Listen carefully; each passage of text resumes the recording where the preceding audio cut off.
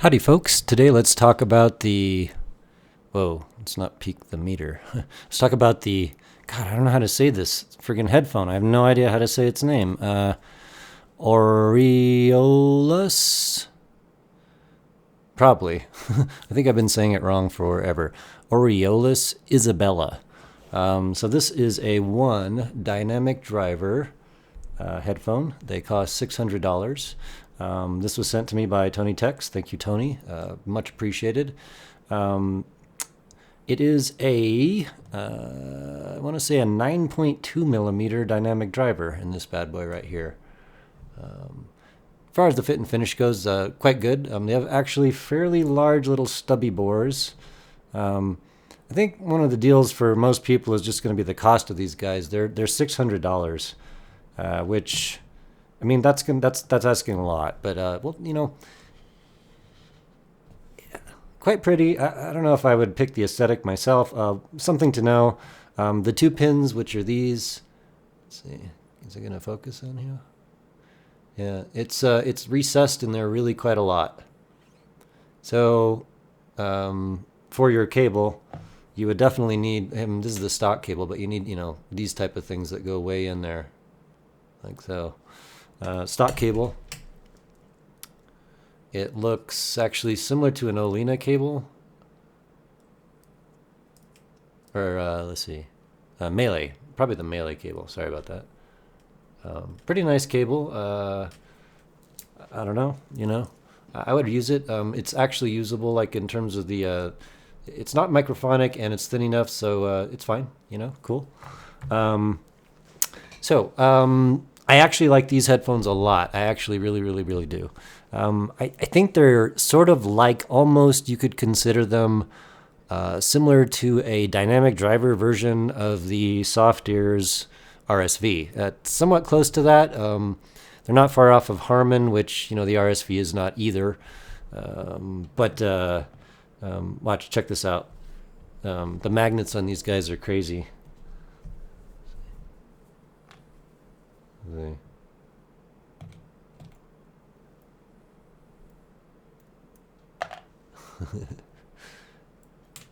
So good magnets, good build quality.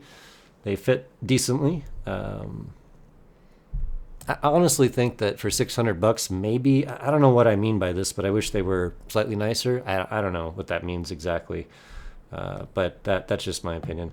So I like these a lot. If we bounce over to the, let's see. All right, so I got a bunch of stuff on my screen here. Let's just, this is the graph. Oops. Yeah. Cool.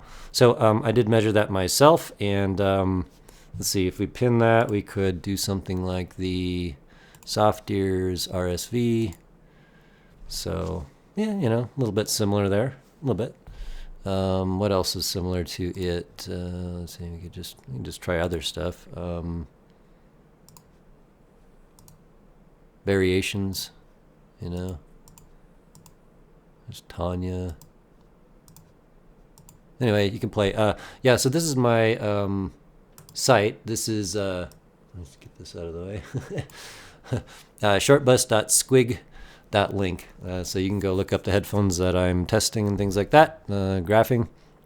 There's a listing on Music Tech, which, sorry, let me just zoom in a little bit there.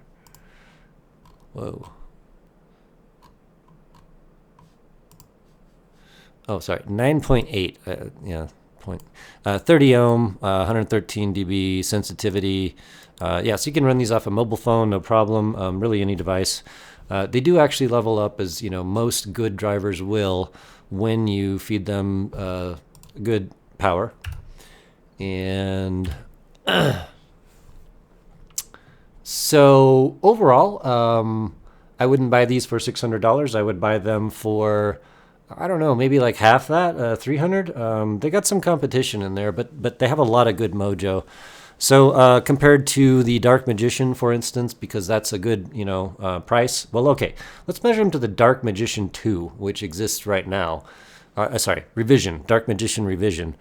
Dark Magician 1 doesn't exist. So we'll measure it against that, in which case it probably wins. Well, for me, it does. It doesn't have quite the visceral, insane staging of the Dark Magician 1. It has good staging. It doesn't quite have that, like, I guess we'll call it it doesn't have as much of the X factor as the original Dark Magician. Also, it's not quite as warm.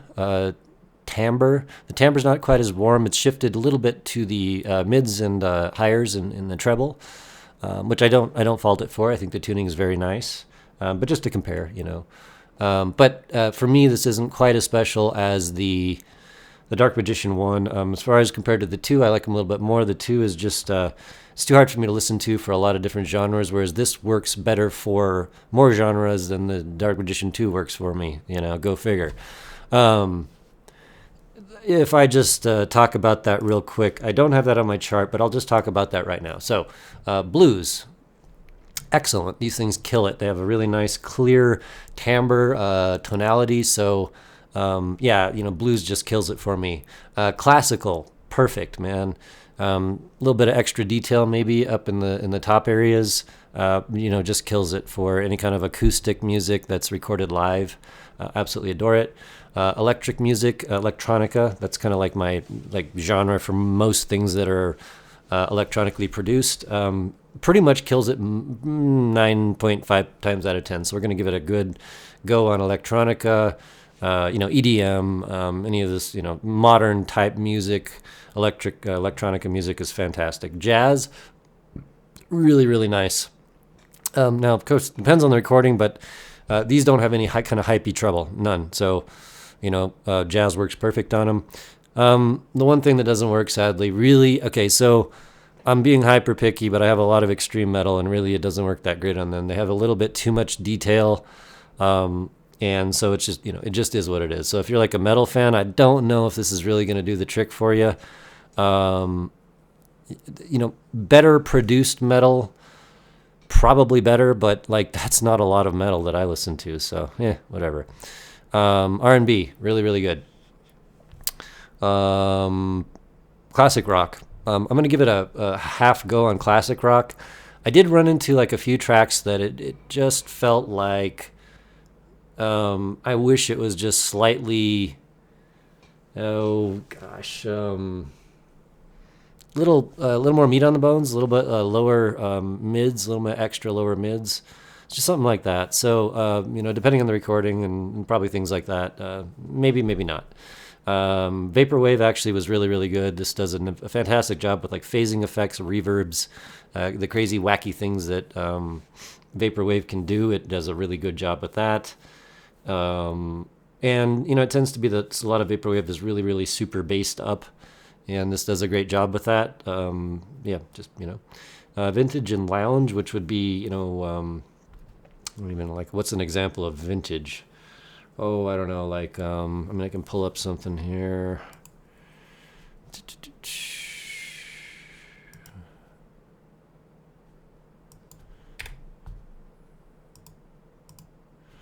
So Django Reinhardt, I think, the Budos Band, Temptations, just maybe something like that. And soundtracks and OSTs. By the way, this does a really good job with the kind of emulating a theater mojo for those type of soundtracks, which I always kind of feel like I want to be in the theater listening to the sound that the soundtrack came from. It feels like it needs to be more grandiose and a little more bombastic for that sort of stuff. Does a great job. Vintage and Lounge gets a go. Works perfect for all that stuff, really. Let's move over to the Excel spreadsheet. So we have the Isabellae in yellow right here. And we're going to give it an 8.5 out of 10 in exceptional factor. Probably mostly due to my library, and I think I just would want a little extra sub bass in that metric, to pull that score up. Probably being a little picky. I might actually bump that up to a 9. It's pretty good. But again, it couldn't really do metal that well, and it's one of my favorite things. So yeah. Accuracy 9 out of 10. Little extra subs, maybe just a little bit extra meat on the bones, just to bring that Male voices, a little bit of extra like resonance in the chest. I like that sometimes. So maybe something like that. Wideness 9.5 out of 10, really good, no problems there. In fact, it's probably one of its really nice metrics. These drivers do a good job with the wideness factor. Definitely top of the line style or at that level. 3D, we're going to give a 9 out of 10, and so it's not like wildly 3D like the EJ07, and it's also not at all flat. It's like, I would say, on the upper end of like medium high 3D, so you can pick out a lot of reverbs and things like that really come across fairly natural, but they are a little bit clear maybe to give you that supernatural like you're in the room kind of feeling. But 9 out of 10 in 3D. Imaging 9 out of 10, really nice. Drivers do a great job pinpoint picking out instruments in 3 dimensions, left to right. Excellent. Volume scaling 8.5 out of 10, and that's just pretty much, it's got a little extra clarity factor, and I can turn them up pretty good. No problems there. They could be maybe better, but you probably lose some clarity factor. Treble will give an 8.5, or bass. Not reading right. Bass 8.5 out of 10, and it's mostly just because I'd like a little extra subs. The quality of the bass is really nice. Probably I do get a nice dueling subwoofer effect, but again, just for maybe more than I like tracks, I just wish there's a little extra down there. But the tracks that have a lot of bass in there, it comes across like, wow, really nice, super. Mids are probably one of the strongest points of this. They're super rich, super organic, super wide, super open, super. I'm a big fan of the mids if you can't tell. Treble 9 out of 10, and resolution 9 out of 10. Well, wait a minute. No. We're going to give the resolution an 8. I don't think that it pops above, for instance, the Dark Magician. I'm pretty sure. So we'll do an 8. And also thinking about, okay, so pressure buildup, none. It's vented, no problems there. No driver crinkling. Really look at that, but I don't. And there's no driver flex. Isolation 4.5 out of 5, and they do a really good job. Binaural 4 out of 5. Little extra details. Maybe we'll put it off of a 5, which is what it is. This is a damn fine dynamic driver, and they know it, and that's why they charge $600 for it. And actually, I'm going to just go ahead and bump this up to a 9. The more I think about it, it does a better job more than it doesn't. I don't prioritize metal over everything. I have a lot of other genres, so cool. All right, yeah, so sorry. These are going to get a really strong recommendation. I do think they're on the high side of what the price probably should be, but as far as dynamic drivers go, it's really hard to fault these for just about all genres of music. I adore these headphones. They're fantastic. Good build quality. I wish they were maybe a different aesthetic. Doesn't matter. And if you can get these on the used market for like, I don't know, less than 600, pick your price. You can get it for 500 on Music Tech, so it's got to be lower than that. I don't know, 300 to 400. Probably that's a good range for that for me. So they get the rec, but they don't get the short bus thing, mostly just because of the price. If some, like, I kind of want to, I think of the short bus rec as like, okay, well, they're extraordinary, but also the price is extraordinary. So they got all the X factor and the whole works there. I do think these they got the X factor there. They do. It's not as overt as some of the better stuff out there, but they got it.